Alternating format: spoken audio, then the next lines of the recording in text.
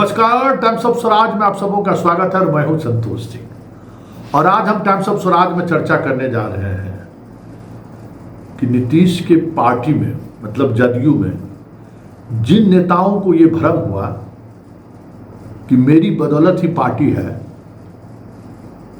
वो तमाम नेता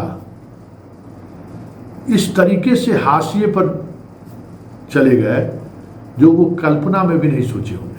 चाहे वो जॉर्ज हो, शरद यादव हो, चाहे प्रभुनाथ सिंह हो, ये सब तो पहले श्रेणी के नेता रहे समता पार्टी के जमाने से, और बाकी नीचे का तो बात ही छोड़ दीजिए। वजह अगर आप देखेंगे तो कहीं न कहीं वो राजनीति है जिस राजनीति के आइडेंटिटी को भले ही नीतीश स्वीकार न करते हो, लेकिन वो आइडेंटिटी है। जदयू मतलब कुर्मी है और कुर्मी को विशेष प्रिविलेज है, और जिन जिन नेताओं ने इस प्रिविलेज को नजरअंदाज करने की कोशिश की है, समझिए उसका खैर नहीं रहा है। ललन सिंह केंद्र में मंत्री बने पहली बार, पार्टी के राष्ट्रीय अध्यक्ष भी थे, मंत्री भी बने और चुनाव जीत कर आए और कह दिए कि कुर्मी सब हमको वोट नहीं दिया है, कुर्मी कुशवाहा साहब। पार्टी दफ्तर में वह अभिनंदन समारोह तक होने नहीं दिया। ये जान लीजिए, किन्हीं को अगर ये भ्रम हो तो उस भ्रम को से बाहर निकल जाइए। देखिए, पहली बार ना ललन सिंह बने थे मंत्री जी भारत सरकार में, एगो पार्टी दफ्तर में मॉलो पहनाने का कार्यक्रम हुआ, कोई सम्मान समारोह का आयोजन होने दिया। जब आप इस तरीके से बोल दीजिएगा तो फिर तो खेला होगा। तो हमें लगता है कि इस बात का इल्म होता है जब लोगों का जो स्टार या महत्वाकांक्षा हो जाता है, इस सब तरह की चीजों को भी समझते समझते भी लोग इग्नोर कर देता है। तभी अशोक चौधरी उस रडार पर है। कल कुर्मी के कई नेताओं की मुख्यमंत्री से मुलाकात हुई है और बात बड़ा गंभीर है।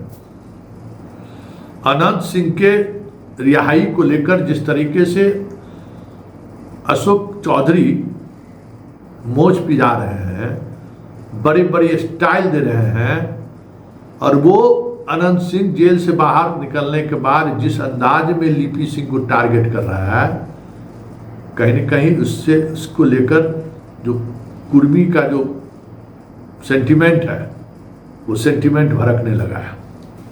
कुछ भी हो, कोई भी राजनीतिक परिस्थिति हो, लिपि सिंह कुर्मी है।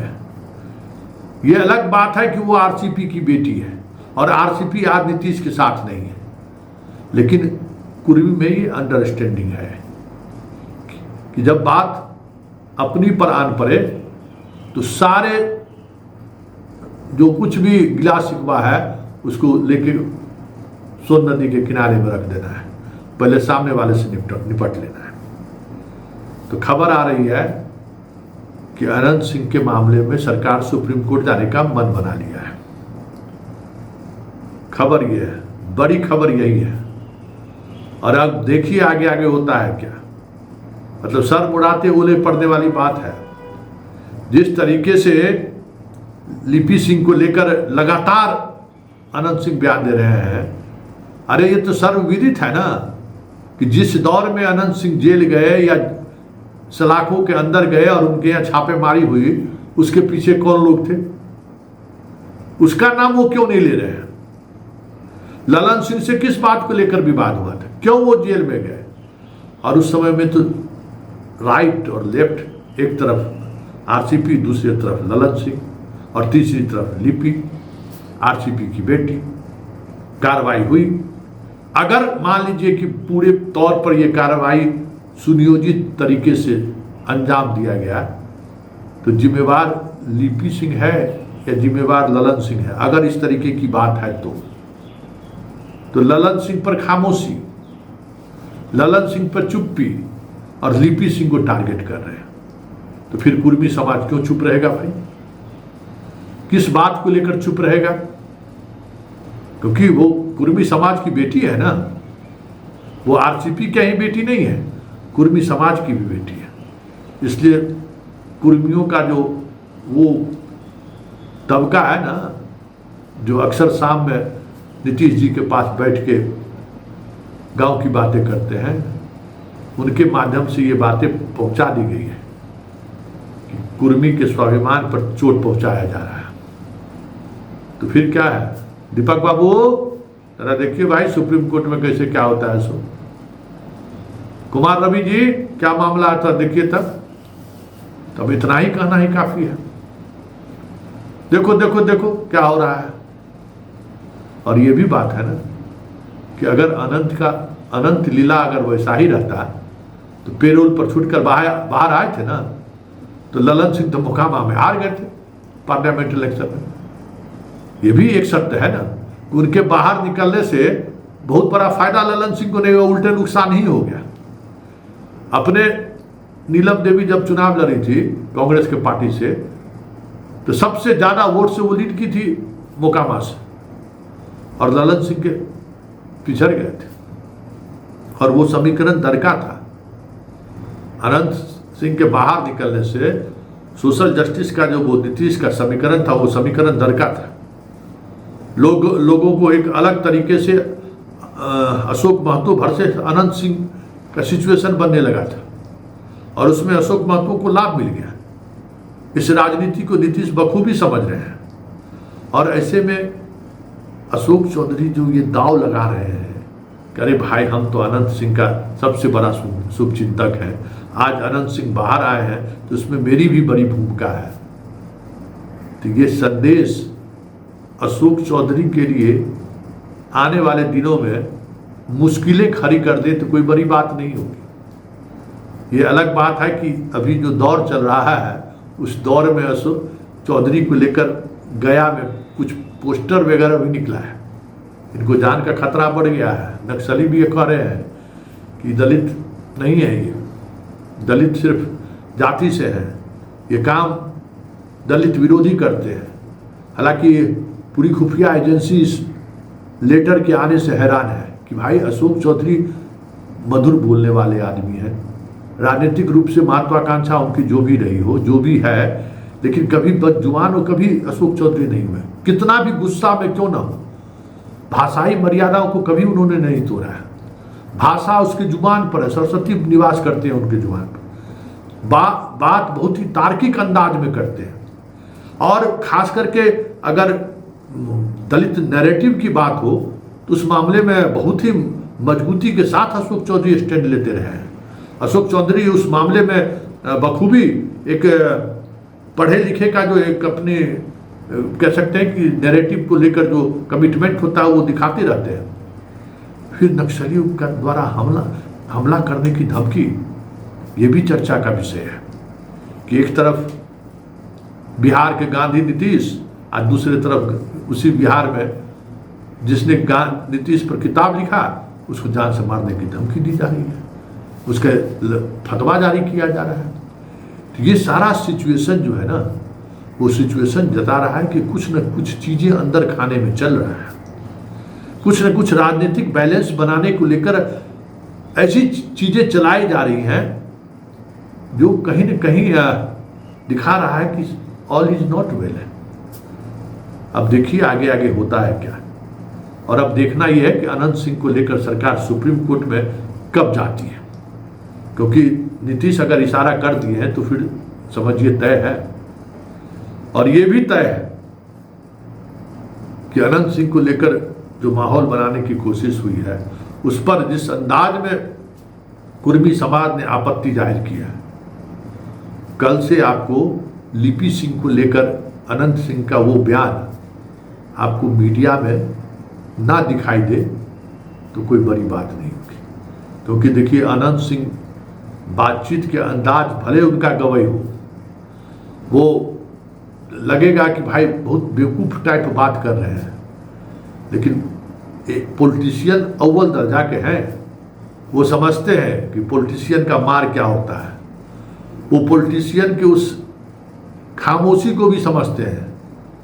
इसलिए आते आते कह दिए कि हम अभी चुनाव लड़ने का मन नहीं है हमको, हम जनता जो कहेगा सो हम करेंगे। क्योंकि वो समझ रहे हैं कि जेल से बाहर आए हैं, नीतीश के दिल के करीब नहीं आए हैं। भले क्षेत्र में घूम रहे हैं, ये जताने की कोशिश कर रहे हैं, कह भी रहे हैं कि नीतीश जैसा राज कोई नहीं, नीतीश के राज्य में सब कुछ हुआ है, विकास बहुत हुआ है। लालू और तेजस्वी पर हमला भी बोल रहे हैं, लेकिन फिर भी वो नीतीश के करीब पहले वाली स्थिति बनती हुई नहीं दिख रही है। ये इस बात का एहसास अनंत सिंह को है। ऐसे में अनंत सिंह कल से लिपि सिंह का नाम भूल जाए तो ये भी कोई बड़ी बात नहीं होगी, क्योंकि जैसे ही ये खबर पब्लिक डोमेन में आएगी, अशोक चौधरी भी उस गेम को समझेंगे कि ललन सिंह जैसे कद्दावर नेता जो नीतीश के इतने करीब थे, सिर्फ एक बात की वजह से उन्हें हाशिए पर पहुंचा दिया गया मंत्री होते हुए भी, तो फिर अशोक चौधरी की क्या बिसात है। चलिए, यही राजनीति है और इसी राजनीति को समझने की जरूरत है कि अति महत्वाकांक्षा में कैसे लोग गलती पर गलती करते चले जाते हैं। उस पर अगर आप मनन करेंगे तो देखेंगे कि आज की राजनीति में सबसे पोस्टर बॉय या सुटेबल बॉय कह सकते हैं कि अशोक चौधरी बनते जा रहे हैं, क्योंकि गांधी को भी लेकर नीतीश कुमार हमेशा संजीदी रहे हैं। गांधी को वो हमेशा दिल से रखते रहे हैं, दिल की भावनाओं से गांधी को मानने की का वो राजनीति करते रहे हैं। और ऐसे में उन पर लिखी गई किताब में ये कहा जाए कि ये बिहार का गांधी है, ये मिस्टेक नहीं है। अशोक चौधरी का ये सबसे बड़ा ब्लंडर है। और ये देखिए, ये जो ब्लंडर है ना, अगर गिनती आप गिनेंगे अशोक चौधरी के ब्लंडर क्या, पहला ब्लंडर उन्होंने किया था जब ललन सिंह से विवाद किया था शेखपुरा को लेकर। नीतीश कुमार चुप तो रह गए, लेकिन उन्हें वहां के प्रभारी से हटाया गया। शायद उस वक्त भी ये संकेत नहीं समझे थे बना। और फिर दूसरी गलती इन्होंने की कि चिराग के पार्टी से जाकर बेटी का टिकट ले लिया। और उस दौरान दिल्ली में जो नीतीश कुमार ने इनको कहा कि आप उधरे काहे ने चले जाते हैं, फिर भी उस संकेत को ही समझे नहीं। फिर बेटी के साथ मिलने गए तो जिस अंदाज में नीतीश ने कहा कि इनको भी, पापा को भी उधरे ले जाओ, फिर भी ये सचेत नहीं हुए। दूसरी गलती उनकी ये रही। और तीसरी गलती, नीतीश की किताब का शीर्षक लिखना कि बिहार का गांधी, ये सबसे बड़ी गलती है। और अनंत सिंह को लेकर लिपि पर जिस तरीके से हमला हो रहा है और कुर्मी समाज जिस तरीके से गोलबंद हो रहा है, ये चौथी बड़ी गलती है। और हमें लगता है कि नीतीश कुमार इस तरह की गलतियां बहुत ज़्यादा बर्दाश्त नहीं करते हैं, बहुत ज़्यादा। तो अभी भवन विभाग से ग्रामीण कार्य विभाग गए, हालांकि वो जो मंत्रालय है सो मुद्रा के लिए बहुत बेहतर मंत्रालय है, लेकिन यह भवन निर्माण वाला मतलब स्टार, मतलब चेहरा में चमक वाला मंत्रालय नहीं है, लेकिन बाकी चीज उसमें है। वैसे दीपक बाबू का वहां जाना संकेत साफ है कि अब बहुत कुछ पाल के समय में जो चल रहा था ना, उस पर भी अब सरकार की नजर है। खैर, वो अलग बात है, लेकिन सबसे महत्वपूर्ण बात, जिन बातों को लेकर हम संतोष की रिपोर्ट में आए हैं कि अशोक चौधरी एक है ना, जब कृष्ण ने कहा था कि 99 तक गाली तुम्हारी सुनते रहेंगे, जब 100 हो जाएगा तो तुम्हारा सर धड़ से अलग हो जाएगा। तो हमें लगता है कि अब वो समय अशोक चौधरी को लेकर आ गया है, ऐसा दिखने लगा है। लेकिन राजनीति है, कब क्या करवट ले ले, कब किसकी जरूरत कहाँ पड़ जाए, कहना मुश्किल है। इसलिए इंतजार करिए, क्योंकि इंतजार करना बेहतर है। संभावनाओं का खेल तो यही दिख रहा है कि बिहार में जदयू के अंदर बहुत कुछ होने वाला है। और जिस तरीके से नीतीश आगे बढ़ रहे हैं और जिस अंदाज में आगे बढ़ रहे हैं, आने वाले दिनों में कई बड़े चेहरे नीतीश के फोल्डर से बाहर होते हुए दिख जाए, तो कोई बड़ी बात नहीं होगी।